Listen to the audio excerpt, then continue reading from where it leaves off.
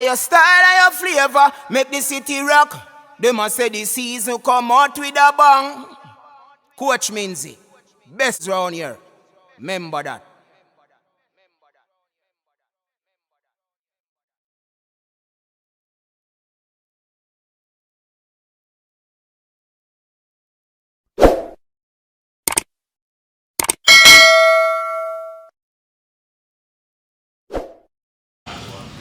All right, people, welcome back to the coach's desk. We have here with us Lacee and Barnes from the Cayman Islands, and she'll be talking to us re her track and field career.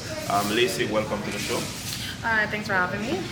All right, so Lacee, tell us what is happening in your career so far. So recently I just finished my time at University of Texas at San Antonio. I just decided to move back home. Originally I was planning to stay in the States for a little longer, but I secured a law school scholarship, so I'm continuing with the academics, and I decided to train full-time at home under the guidance of world champion Coach Paul of Grenada. Okay, that's awesome. How did that come about? Because most times athletes go on scholarship overseas, they normally tend to stay. What prompted that decision? I think I'm fortunate to be from the Cayman Islands, where facilities are pretty much decent here, and a lot better than others, I would say.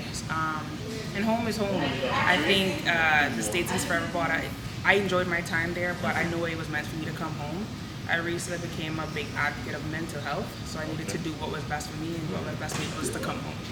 Okay, awesome. That's a very good trajectory that you're going down. Well, talk to us about your time spent in the United States, going to university and training. How was that? I never really had a problem with prioritizing, time management. I think my biggest difficulty I had in the States was adjusting to the schedule of the NCAA. It's a lot different of when you're home and you and your coach have the freedom of which meets you want to do, but you realize in NCAA it's all about points as well, and this is a business. So I think adjusting to that and was a bit difficult. And then the mental health thing, being away from home, and then all these school. But I mean, overall, I enjoyed my time. It was good, and I always like to just give the students advice for when they go and how they can deal with it better. Okay, awesome.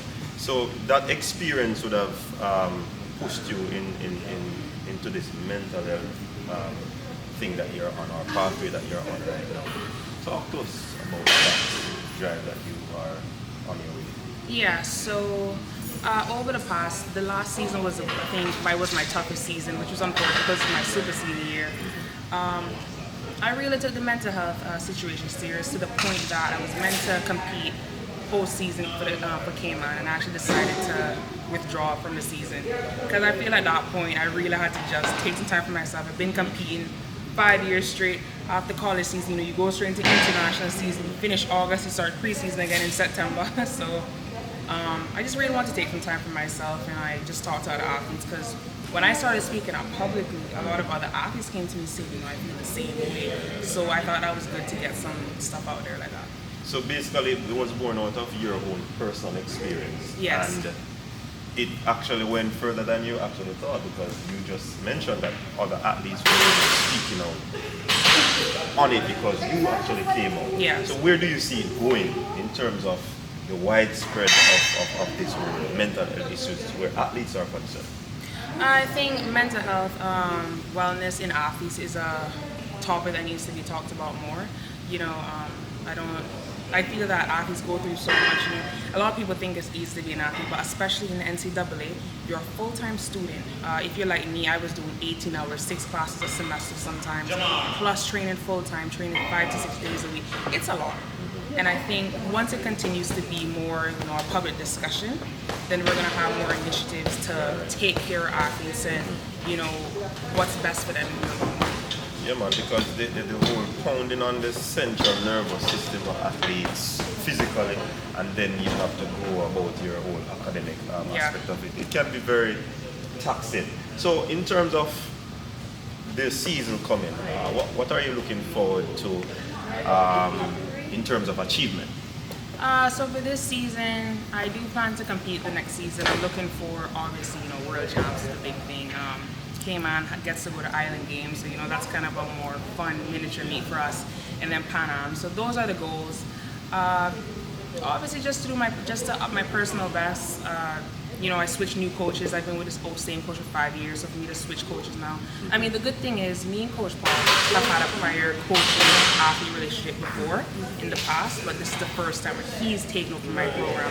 So I have to be realistic in my expectations of new coach. I gotta see where it's gonna go first. Yes, because adaptation will be different in terms of how you adjust to that new training regime. Yeah. So in terms of Olympics 2024, is there a set goal to reach there? That is the goal. I think that's every athlete's goal. I don't think you're a real athlete if you're not trying to go to the Olympics.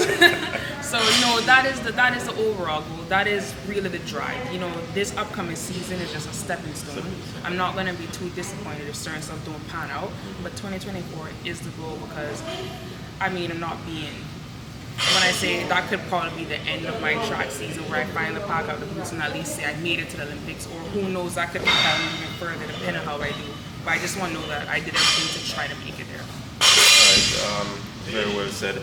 Thank you very much for joining us here on the show. Any final words that you want to share with the audience out there? Again, just when it comes to athletes, never be afraid to speak up if something's going wrong, physically, mentally. It does you no good to keep it to yourself, so just talk to somebody, talk to me. I was willing to talk to anybody about stuff. So. All right, since you made mention of that, share your social media handles where these persons can actually talk to you. So my Instagram is Lacee, KY, that's the easiest place to get to me, or I'm on LinkedIn under Lacee Barnes. So reach out to me with any questions, help, tips on going away to college and how to cope. All right, well said, Lacee and Barnes. There you have it, the Cayman Island athlete there. I think this is a very good initiative from her, and I'll definitely follow up on this one. Thanks again, Lacee. Thanks for having me. It's easy.